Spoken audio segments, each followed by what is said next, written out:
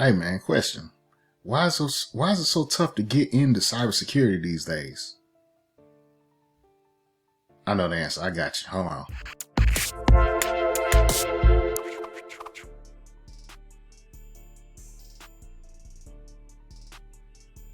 All right, y'all. What's happening? It's your boy Randall, your boy 50, and welcome to the Talk Tech with 50 channel. Yes, sir. We are back. All the new subscribers, appreciate all y'all support. Be sure to like, leave a comment below if anything. And yeah, to all my old subscribers, man, appreciate y'all rocking with me. You feel me? So let's go ahead and get into it, man. And so I do cybersecurity or security, or I do cloud stuff. I guess, jack of all trades, master of none, right?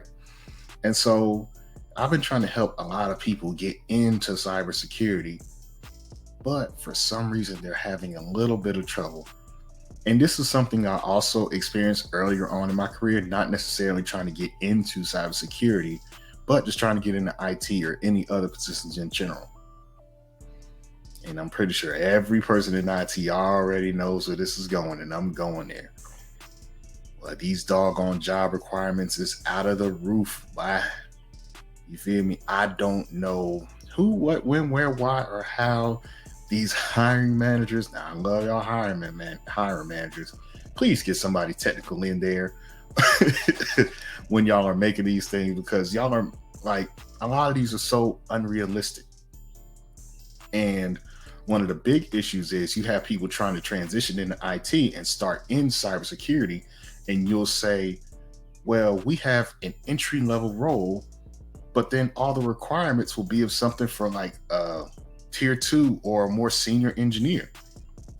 How does that make sense? How does that make sense? Oh, you don't believe me? I got you. I found this on LinkedIn. Yeah, boy, hold on. Yeah, nah, for real, man. I got you. All right, so can y'all see that? Cool. Now, I'm not going to go over the whole thing, but this is something that is very common. So look at the title. The title is Cybersecurity Engineer, entry level. What does entry level mean? Entry level means 0 to 2 years of experience. That means if you're college age, you have some knowledge, but 0 to 2 years of experience. You have little to no practical knowledge, and pretty much your role is to pretty much learn, right? That's your role. And so here you see the responsibilities, and the responsibilities, those aren't off. Deliver efficient, maintainable, robust, yada yada yada. Manage critical infrastructure, yada yada yada. That's not that bad. Install, integrate, and deploy. That's not that bad. Gather, link, and analyze. That's not that bad. Review analytics. See, all of these are things that they're going to be taught within their first 3 or 4 weeks of getting that job. So don't even trip on this. In IT, well, I guess IT is really the only field I've been in. But, in IT, your first couple weeks there, you're shadowing and you're getting your account set up and you're learning your processes and how your department does things. So you can easily learn all of these things from shadowing and by being with people, and your training wheels, as I like to call them. They usually come off that after about a month, unless you're just that person. Unless you just that fat. I'm not gonna lie. Probably ever since what was it, Blue Wave in 2011? So I would say 99% of the jobs that I've had ever since 2011, as long as access wasn't an issue, I could just hit the ground running. And then a lot of the processes I just learned, you know, as I went. But that was because, I had, some experiences, and those experiences made me stepping into those roles pretty easy. But generally speaking, and I wasn't saying that to toot my own horn, but what I was saying is sometimes in IT, it's a lot of trial by fire. You hear trial by fire, and you'll also hear drinking from a water hose, or drinking from a fire hose, and that's pretty much what IT is. And so, from me coming from a lot of those environments where I was just thrown into something, and I pretty much had to, pretty much make a diamond out of coal. I don't really have any isms to, I guess, display that, without cursing. But yeah, and so those experiences kind of allowed me to, as long as it's technical, like me doing stuff or fixing something, oh, I could just hit the ground running, especially if it was something that I'd already worked with. So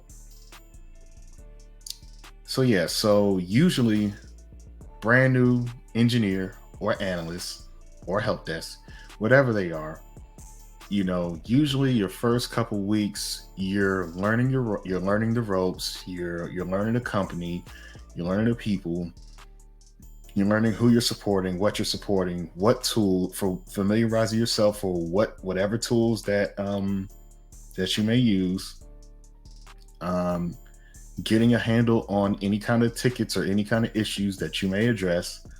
And more importantly, you'll be shadowing somebody who's already doing it. So you're not going to be just, coming in from the cold, um, yeah, you're not just going to be like all left out there, especially in an entry level role. All right. So a lot of these, you'll be able to do these in like a month. That's fine. That's not my issue. My issue is right over here in this left column. This left column right here. And so me being, I don't want to say a seasoned, but me being a vet in this field, I've been in this, I've been doing IT since about 07 or 08. So me being in this field for a while, I look at what I see in the left and what I see in the right, and those two don't match. The qualifications do not match the responsibilities. And I'm going to break this all down. So let me hide this. And there is more, but I'm gonna break this down piece by piece. All right. And show why this is so messed up. So first thing, master's degree preferred. Newsflash, you don't need a master's degree to do this job. It's a technical role. A master's degree is more so for the people that want to get into management, or you want to get to, or you have aspirations of getting to the C level. Then yeah, your master's degree is good for that. But if you're coming into an entry level role with a master's degree, especially in cybersecurity, it's overkill. It really is overkill, and you're probably not going to want to take this job. This will be a bad job to take, especially if you are even if you're going for an entry level role. So you could probably start off doing manager stuff. There's a lot of, and anybody who's been in IT can back me up, there's been a lot of, not every manager is technical. If you have a master's degree in cybersecurity, I'm pretty sure you know how to make decisions and do risk assessments. That's really all it's about. You just have to put all your trust, you just have to rely on your engineers as opposed to your own experience. So it's not necessarily a bad thing. It's not really a bad thing, and it's actually fairly common. It's actually kind of rare that you have a higher up who's half as technical as your senior engineers, or at least a quarter. They know some of the some of the terms and the tech, and they know some of the terminologies and the technologies. But as far as actually being able to do the job, a lot of them don't come from that. but there are some that do, because most engineers, they don't want to be, as bad as this sounds, managers, because, well, this is my personal opinion and my personal reason why I turned down a management role at 24. I don't want to be in charge of people, and I don't want people to make me look bad. That's just the net of it. I have a certain quality of work, and I don't want to just jump in and do it all the time, and I know as a manager, if somebody comes to me and like, oh, well, I can't create a VLAN, or I can't, create this firewall rule because of this, or because of that. Yeah, nah, I don't. Yeah, I'm not sure. Well, I know that wasn't my ministry back when I was in my early 20s. Now, I don't know. But you just have to talk to people. But yeah, that's that. And so a master's degree for cybersecurity, especially entry level, this entry level right here, yeah, no. Let's see, 2 years of Linux preferred. And so Linux, that's just, knowledge of an operating system. That's neither here nor there in this. If you were in college, especially if you majored in something like a computer science, software engineering, or IT, or something along those lines, you usually start off with your 1301, 1302 classes, or, whatever, your intro. You'll have your intro classes, and you'll probably be doing something like Java or something like that, but you'll be doing it in Windows and you'll be doing it in Linux. So if you're in one of those majors and you were in college, that's not too far-fetched that you'll have 2 years of, using Linux. So that's not that bad. 2 years of information security experience. Now, I'm not sure if they meant like on the job experience or just the knowledge of this, because I promise you, somebody who's been doing information security for 2 years is not going for an entry level job. And I'll elaborate on that in a little bit. Actually, once I get more down to the page, I'll elaborate on exactly why. CISSP preferred. Here's my problem. Here's my problem. In order to get a CISSP, you need 5 years of experience. 5. You need 5 years of experience, or 4 years experience if you have a certification or a degree. But you need 4 to 5 years experience to get your CISSP. Why do they have that in the entry level cybersecurity engineer?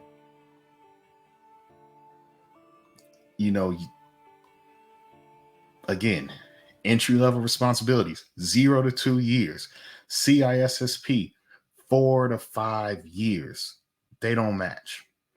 That don't match.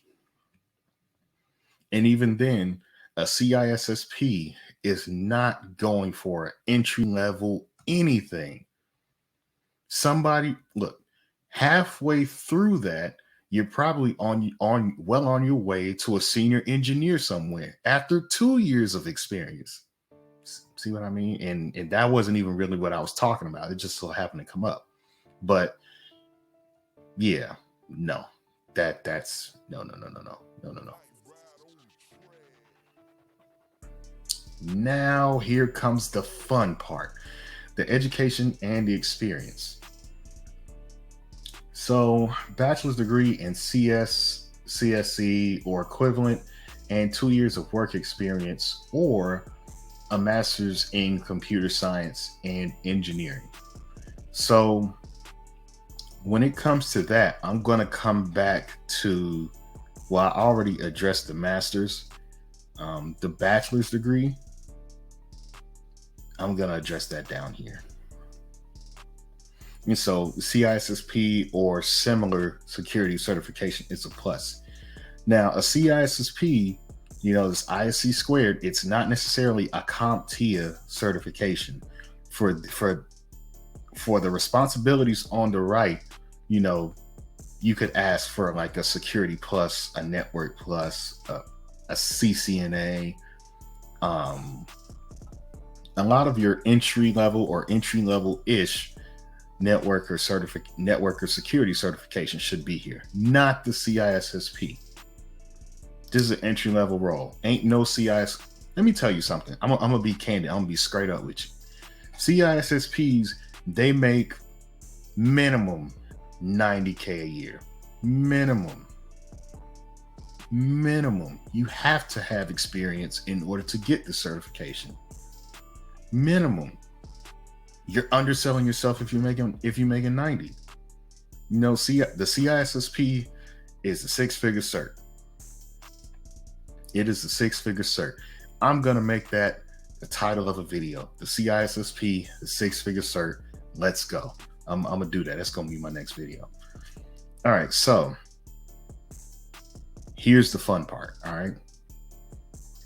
So experience with the following technologies: Linux, you know, let's see, Linux, Windows 10, Windows 7, XP, Vista. Obviously, this is kind of old, but these are all operating systems.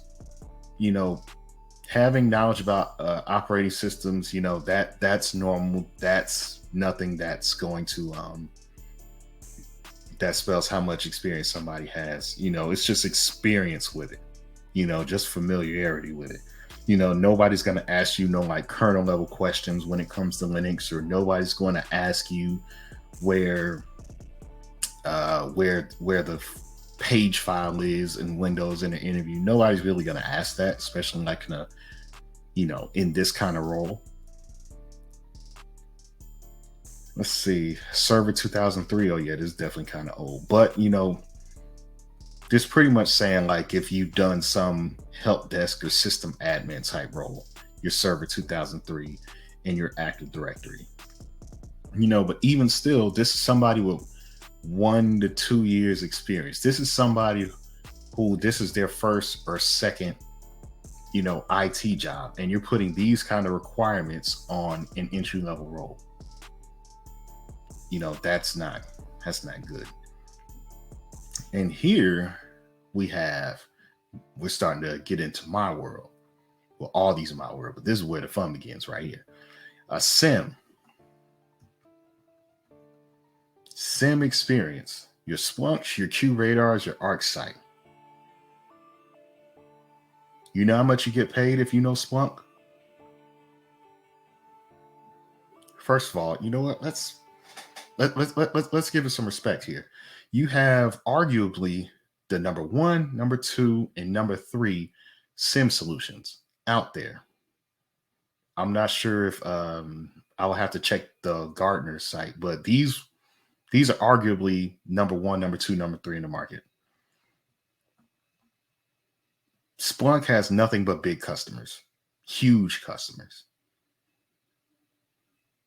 If you go to a company that's a Splunk shop, the first thing they do, they train you on Splunk and they tell you to get your basic Splunk certification. I think that's the free one, the one that you can take over and over again. Man, I always had trouble taking my Splunk certifications. My goodness, those were tricky ones.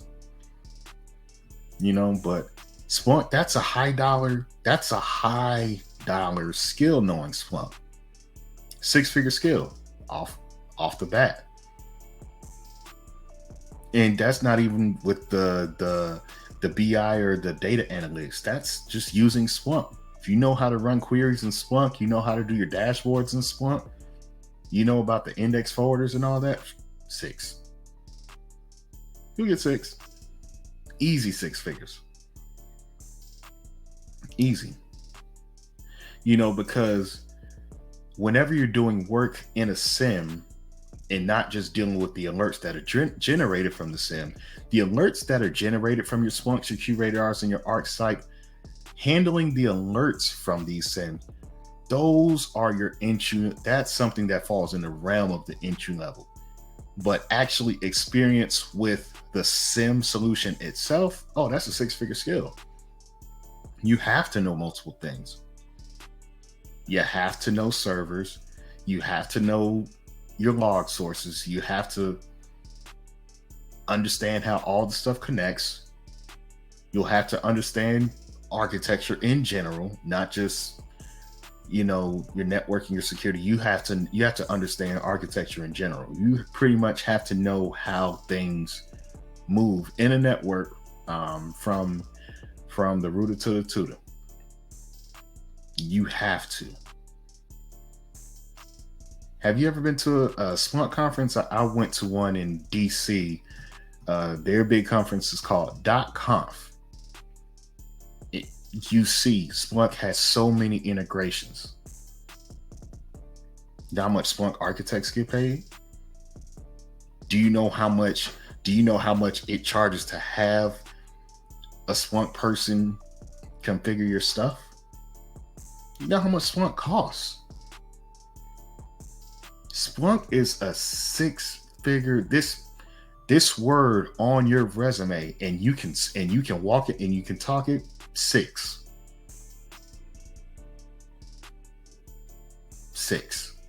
That's all I gotta say. 6. Same thing with QRadar. 6. You know how to do your DSMs, and you know how to, ingest the log sources. You know how to parse out things. You know how to index stuff. 6. I don't have any personal experience with ArcSight, but SIM solutions are just like any other solution. If you know one, you can figure out the rest. And that's pretty much how IT is. And especially, with networking, everybody assumes if you have a CCNA or a CCNP, you can pretty much touch any other network device out there in the world. And for the most part, they're right. And for a SIM, for the most part, they're right. So I first got some Splunk experience. And from Splunk experience, then I got some experience with FortiSIM, which is Fortinet SIM. And then I got some experience with QRadar. It's just reading the documentation, seeing what's different, seeing what's the same. But at this level, you are at this level where you can pretty much take a SIM out of the box, get all the log source, configure the log sources to get all the syslogs sent over to the SIM, make sure that the logs are being parsed correctly, then going in and making sure like that the rules are firing off, and they're sending your alerts to your Remedy or your Jira, so your entry-level cybersecurity guys can go ahead, well, guys and girls can go, well, everybody who's a cybersecurity entry level, so that way they can deal with the alerts. If you can do that, that is a 6-figure skill. And I'm not talking about like early 100s either. Now you're talking about creeping up to the 150s and the 200s. And if you decide to work for yourself or you get on with one of these contracts, probably even more than that. I'm not really too familiar with Logstash. I forgot what Hadoop is. I really forget what Hadoop is. But, I would say around the same level. Like you're gonna have some hands-on knowledge if you're doing if you're doing Logstash or Hadoop. I've heard of Hadoop before. MySQL, this is something that you can learn in school. That's not too bad. Crate, I have no idea what that is. NetFlow. So NetFlow, that is, I would say, a mid-level skill. I can't even, you know what? Here's the crazy part. I don't even know if I can call it a mid-level skill, because with NetFlow, all you're pretty much doing is, let's say you have some core switches in your network. You would pretty much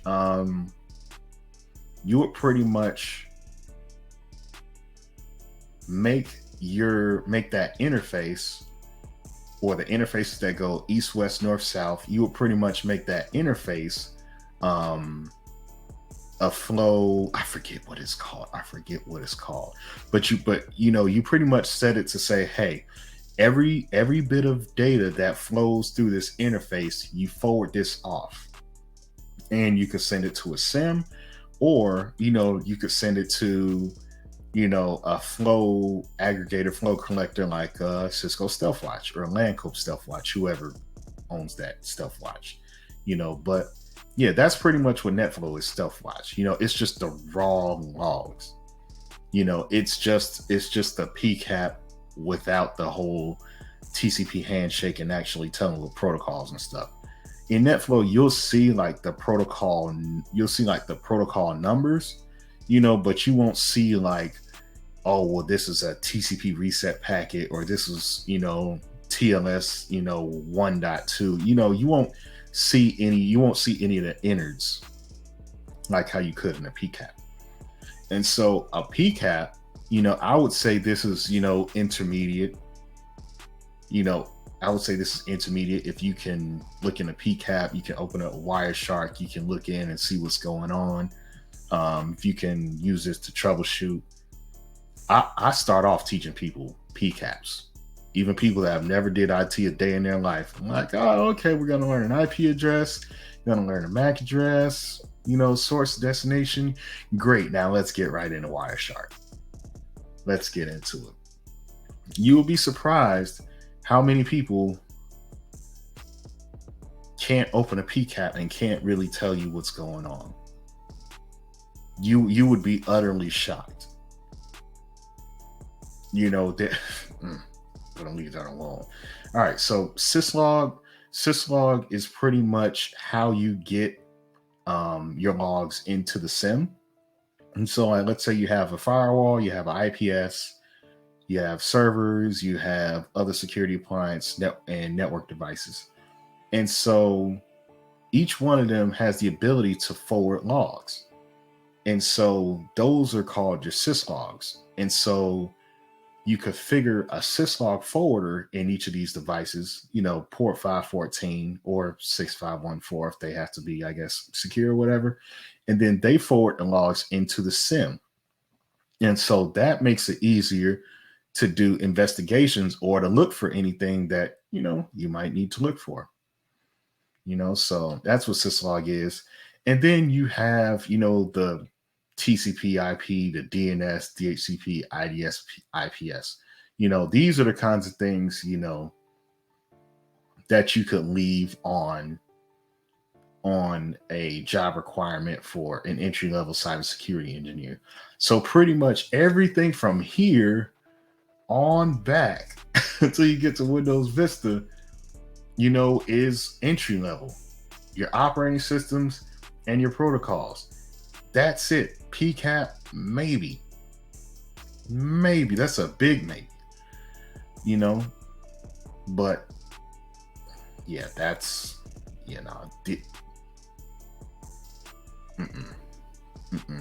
anything outside. Let me put it to you this way. Once it hits here, this is where the entry level stops. Once you've hit here, now you're system admin. Once you're here, you're security engineer, senior security engineer, senior network engineer, something with a senior title or senior level responsibilities. It's a whole nother convo for a whole different day. Experience with firewalls, functionality, and really? Also, an entry-level cybersecurity engineer whose pretty much primary job is to triage tickets and eliminate false positives and tickets, and to escalate, anything that's not a false positive to the tier 2. So, and that's their primary responsibility. So, experience with firewalls, functionality, and maintenance.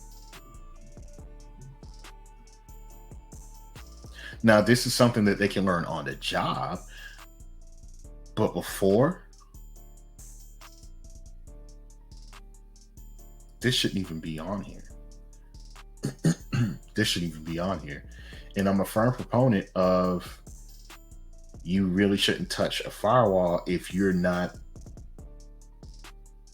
if you don't know networking like that. Straight up. You could do some that. Let me tell you let me tell you a story. So, full disclosure, the only people in security or cybersecurity who know networking are former network engineers. We're the only ones that really know networking like that. You pop open a router, a switch, or a firewall, and we know exactly what's going on. We can configure it just like how we could before, because everything is still loosely based off of networking. All your security devices are pretty much, easier to configure and more lightweight firewalls.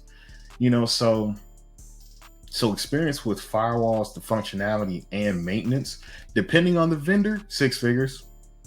6. Oh, Palo, 6, especially if you're certified. Oh, Cisco ASA, probably 70, 75, 80. Oh, Checkpoint, can get you about 75, 80, 90. Oh, Fortinet, that'll get you some money. So this is one of probably the 10s. This is probably one of probably like the 5 or 6, 7, 8, 9 things up here of things that are 6 figures that somebody with Palo Alto experience is not going to go for an entry level cybersecurity role. What are y'all thinking? So then by that logic, me and my CCNP route switch and my CCNP security, if I wanted to get into cybersecurity, I should have took me an entry level role. No, not at all. If you're coming from networking over to security, you're already a senior off the rip, because you understand how the packets get from one place to another better than anybody. If you know how it travels, you know what method you could use to secure it. 6, another 6. Let's see. 6, 6, 6, 6. I could say 6 for Hadoop. I forgot what Hadoop does. Hey, Logstash. You know what? I wonder. My curiosity has gotten the best of me. I need to know.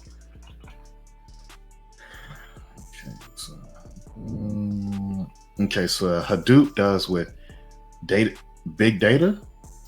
6. Yep. All right, so that was right. And Logstash. Logstash used to collect parts, transform logs, and that's dealing with Elastic. 6. It's a SIM. It's a SIM. That's a SIM. Doing SIM stuff is a 6-figure skill. Don't let any recruiters or any of these, people try and tell you that, oh, well, we can pay 80, but how much would you pay the company or professional services to set this stuff up? So that 100K, let's call it 100. So half of that 100K, you would be paying them to set it up and get everything configured. That's an engagement, or at least a third, and all that's gone within a week or two. And then let's say you pay them, let's say you lowball them 60 or 70, so now they just have to maintain it. You spent the 100K anyway. Come on, what are we doing? What are we doing? Office 365 security.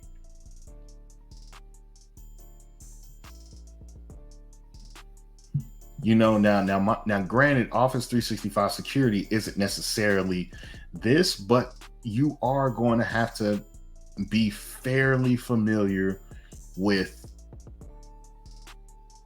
your Microsoft products, and not just Windows 7 and Windows 10. You're going to have to be pretty familiar with Office 365, your mail, your Active Directory, your link, and you're going to have to be heavy on the Windows side. And I mean heavy. not no not no Windows 10 stuff, heavy in Microsoft. VSX, I don't remember what that is. Curiosity is struck once again. What is VSX? Huh. Yeah, I don't know what VS. Let's see. Let's try. Oh. So VSX is a checkpoint security and VPN solution. 6. You see what I'm saying? Like, that's 6. That's 6. Endpoint security. Probably the only thing on this list, probably the only thing in this grouping that fits that. Endpoint security is your virus stuff. You know, that's your Symantec, your Norton antivirus, you know, for your home computers. And in the enterprise, this is your McAfee EPOs, your Symantec endpoint protections, your carbon black tanium, you know, your what is FireEyes? I think FireEyes the HX maybe. Your CrowdStrikes, you know, your stuff like that, your endpoint security. The agent-based things you install to ensure that, you know, hopefully, knock on wood, hopefully that no viruses, nothing malicious hits your computer. Your endpoint security. It's your virus scanner. That's the only thing in here, because you could teach somebody that in 10 minutes. Show them where the policies are. Show them how to point to a target. And away they go. All right. Now,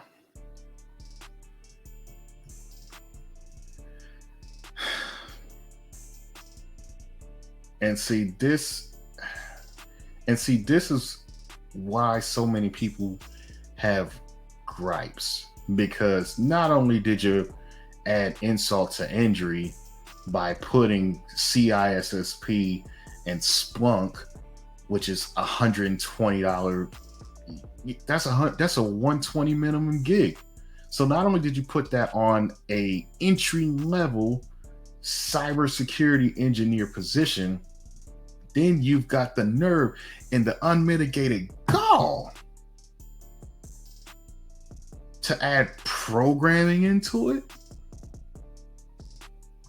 I don't even want to go through all this, but let's say 6. Each one by itself. You know what you can do with Python? Let me tell you. Python is your automation. Python is your automation, your network automation. The days of logging into 50 ASAs and making one change, those days are gone. Python. Let's say you got your Splunk and your QRadar, and alert kicks off, and you want something to automatically make a change in your environment. You know what does that? Python does that. I'm done with Python. C++, really? I can over 6. if you the bomb in C++, all that full stack stuff, man, what are we talking about here? What are we talking? Java, Ruby, come on now. PowerShell.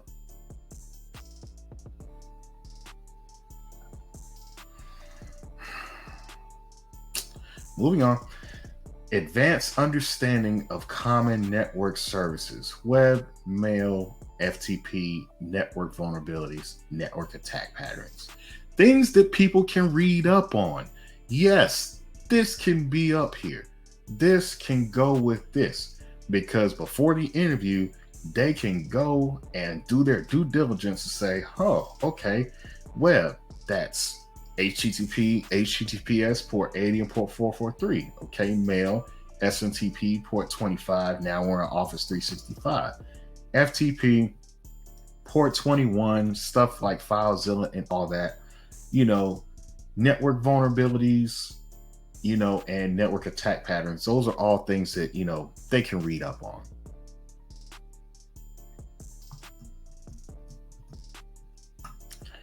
And the bad part about this is that I wish you could see the threads on LinkedIn that address this issue. Everybody in the field has seen job requirements like this. Everybody. And people wonder why it's hard to get into cybersecurity if you don't pivot into cybersecurity. Sometimes because stuff like this, it's very rare when I see a true entry level cybersecurity, you know, job requirement or any requirement. There really needs to be some conversations had. And most importantly, management, this stuff is copy and pasted. Management has to work with the engineers or the admins or the people that are doing this job. Because I can guarantee you the people, first of all, the people that are doing the cybersecurity entry level engineering, they don't have all this stuff. They don't have all this stuff. They might have a couple things here, a couple things here, and a couple things here. And they probably know Java from when they, you know, were in school.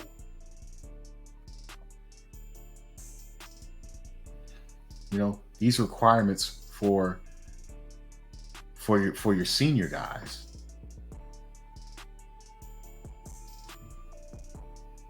Management definitely needs to work with their technical people to say, hey, this is what we really require. This is what we need. This isn't how you get the best talent at all.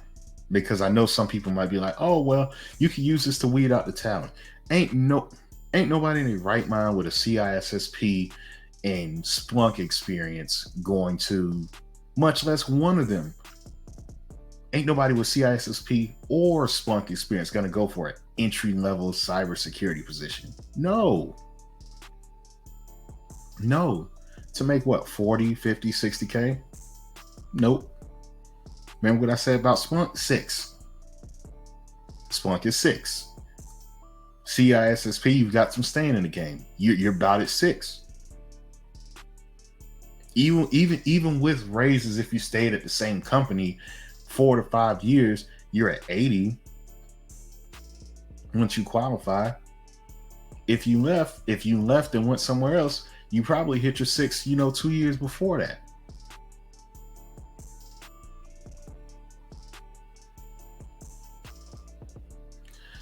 And I really can't blame the HR people, because all they do is they just put the CVs out there on these websites and they respond, and they just compare the keywords that they see here with the keywords that are on somebody's resume.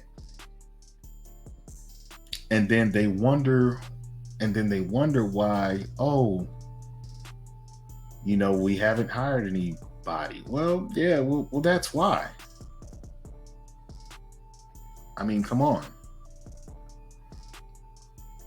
And another thing that I see is that I kind of want to address this in its own video.